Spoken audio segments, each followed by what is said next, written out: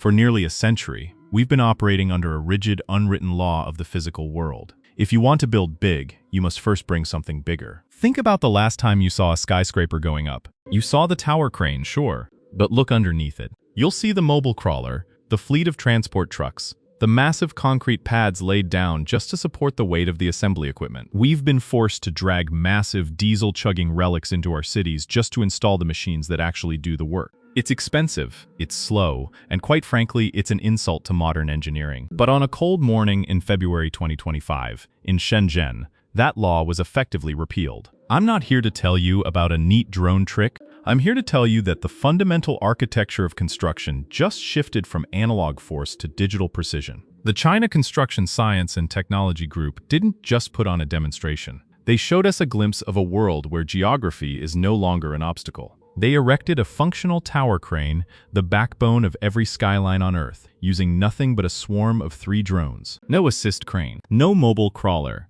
no massive carbon footprint, just an algorithmic ballet. If you think this is just science fiction or a one-off stunt, you are misreading the room. This is the moment the big metal era hit its expiration date. To understand why this matters, we have to stop looking at drones as cameras with wings. In the old model, the challenge of lifting a heavy load was purely about muscle. You needed brute force. You needed a crane with enough counterweight to not tip over. But the Chinese engineering team flipped the script. They looked at the tower crane mast and said, "This isn't a dead weight. It's a modular unit." They treated the construction site like a digital environment. They used the United Aircraft TD550D as the muscle, the heavy lifter. But the brilliance wasn't the lift. It was the Skytech S400 Plus acting as the nervous system. While the main lifter pulled, the secondary drone acted as a stabilizer, constantly tensioning the load. They weren't just flying, they were communicating via 5G, pinging each other 100 times per second.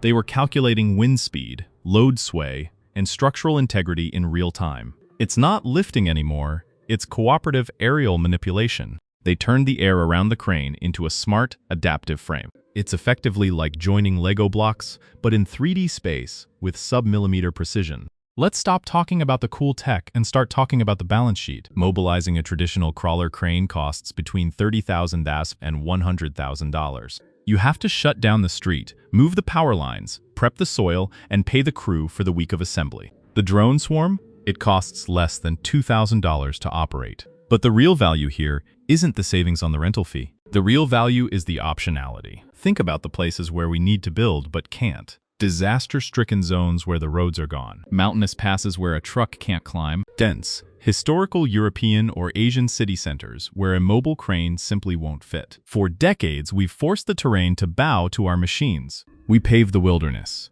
We widen the roads. We tear down the old buildings just so we can park our equipment. This technology finally lets us flip that dynamic. We no longer need to adapt the world to our machines. We can adapt our machines to the world. If you can build a crane without a road, you can build a city without an infrastructure legacy. Now, I'm not here to sell you a fantasy. There are massive, glaring hurdles that the industry is going to have to figure out before we see this at every corner. Payload ceilings are a physical reality. We aren't lifting half-ton beams in 40-mile-per-hour winds yet. The stabilization algorithms are brilliant, but they aren't magic. They currently fail when the environment gets too violent. And then there's the bureaucracy. In almost every country, the legal framework for autonomous heavy lift is currently a blank page. If you drop a 1-ton steel beam in the middle of downtown Manhattan, the insurance companies will shut this entire movement down for a decade. But here's the thing. Every revolution starts with a safety objection. The first 3D printed house was called unsafe. The first self-driving car was called impossible. The fact that the crane stood up,